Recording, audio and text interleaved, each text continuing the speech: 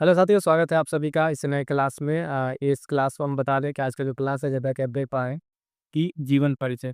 ये एक बहुत ही इम्पोर्टेंट सेगमेंट है आपके क्लास 12th इंटर में भी और हाई स्कूल में भी।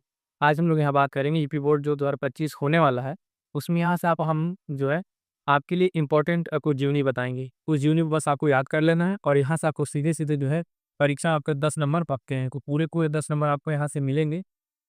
2 तरीके की जीवनी लिखनी रहती है आपके बोर्ड एग्ज़ाम में। एक होता है गद्य खंड से, तो जो गद्य वाला आपका पार्ट है ध्यान दीजिएगा।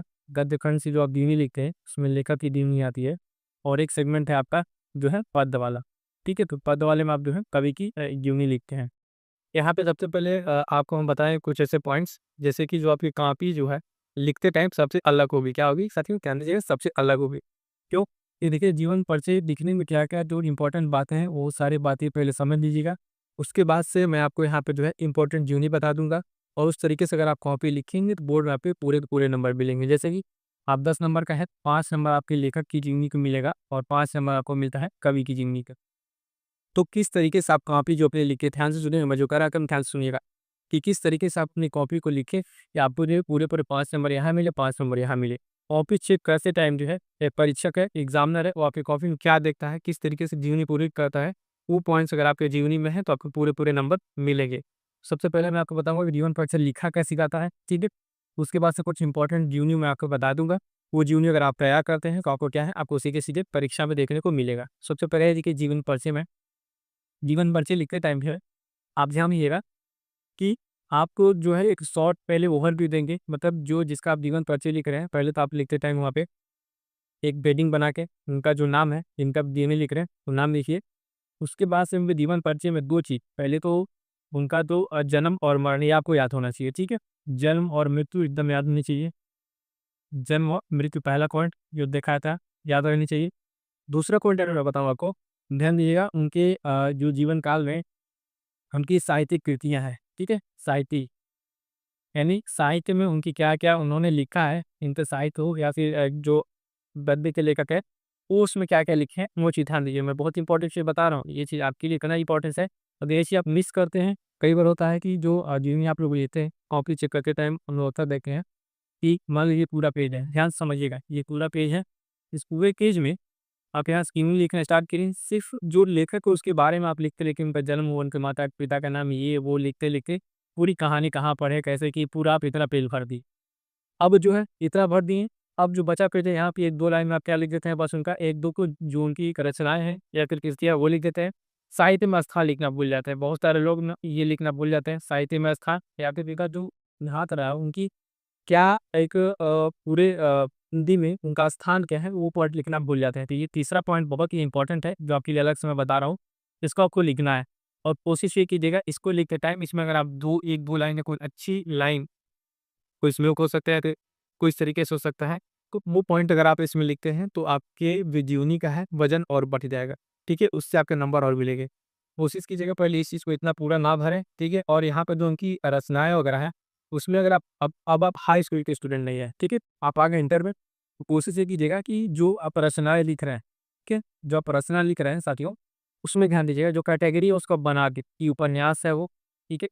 उपन्यास अगर लिख पा रहा है तो उपन्यास लिख दीजिए, कहानी है वो, इन 2 को कैटेगरी कर दीजिए, कहानी है, कहानी लिख दीजिए, ठीक है? नाटक है तो नाटक लिख दीजिए।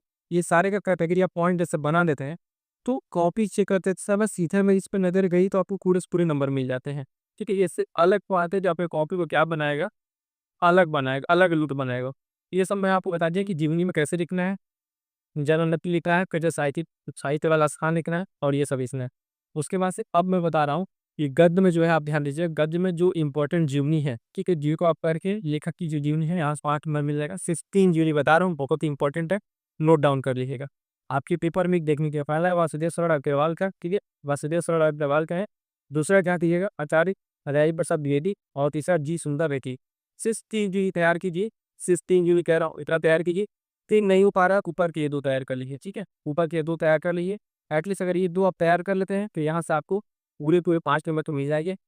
अगली क्लास के लिए मैं बता दूँ, कमेंट कर दीजिएगा कि उसपे जो जीवनी है मैं पूरे फॉर्मेट में आपको लिख के बताऊँगा जीवनी, एक-एक जीवनी लेके आपको समझाऊँगा। जैसे कॉपी में लिखी जाती है, जो बोर्ड की कॉपी होती है, उस तरीके से लिख के मैं आपको बताऊँगा। मुझे लगता है अगर आप ये क्लास देख लें, आप कमेंट ज़रूर कीजिएगा कि हाँ, इसकी यूनिट को अच्छे से बता दिया जाए। एक शॉर्ट वे में जो आपको सीधे-सीधे कॉपी में लिखना है, आपको कुछ नहीं करना है, पीडीएफ दे देंगे, शॉर्ट नोट्स दे देंगे, उसको आप क्या करना है, सीधे-सीधे कॉपी में लिख लेना है। बात करेंगे कवि में, तो देखिएगा आपके पूरे चैप्टर में यहाँ पे 7 है, ठीक है? 7 यहाँ है, ठीक है? इसमें पहला अयोध्या सिंह उपाध्याय हरिऔध। मैं ऑप्शन 4 दे रहा हूँ, बट पढ़ना तो मैं बता जैसे 2 आपको कंफर्म कर दिए, 2 ही पढ़ना है, तो ऐसे 2 पढ़ना है, ठीक है? बाकी एक अपने बैकअप के लिए किसको रखना है, इसे रख लें कि ये 2 आपके लिए इंपॉर्टेंट रहेगा। अयोध्या सिंह उपाध्याय हरिऔध, मैथिली स्वरबुक, ये शंकर प्रसाद महादेव वर्मा। ये सर यहाँ तो आपने 4 नहीं दिया, तो 4 हमने आपको दिया है। कहीं में हो सकता है कि आप इन दोनों में कंफर्टेबल हो, इसको 2 याद करने में, कई लोग 2 को याद करने में कंफर्टेबल हो।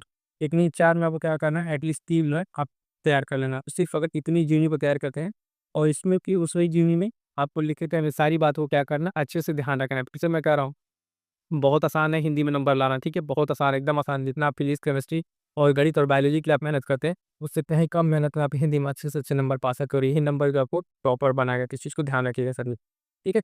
इसमें आपको लिख लेना ये 2 3, ठीक है? 2 पेयरिंग इधर, 2 पेयरिंग इधर है। तो ये सारा चीज़ हमने आपको बता दिया। यहाँ से आपको सीधे-सीधे कितने मिलेंगे, 10 नंबर के प्रश्न मिलेंगे। बहुत ही इंपॉर्टेंट रहेगा, कोई जुड़ना ना भूलिएगा। ध्यान दीजिएगा, गुरुकुल बोर्ड एग्जाम्स टेलीग्राम से जुड़िएगा। बोर्ड के एग्जाम आते-आते आपको मैं वहाँ से शॉर्ट नोट्स दे दूँगा। शॉर्ट नोट्स के साथ-साथ जो की पॉइंट्स है, सारा का सारा आंसर राइटिंग प्रैक्टिस करा दूँगा। वो सारी चीज़ें हो जाएँगी। जुड़िएगा फटाफट से और अपने साथी के साथ इसको शेयर करिएगा, ठीक है?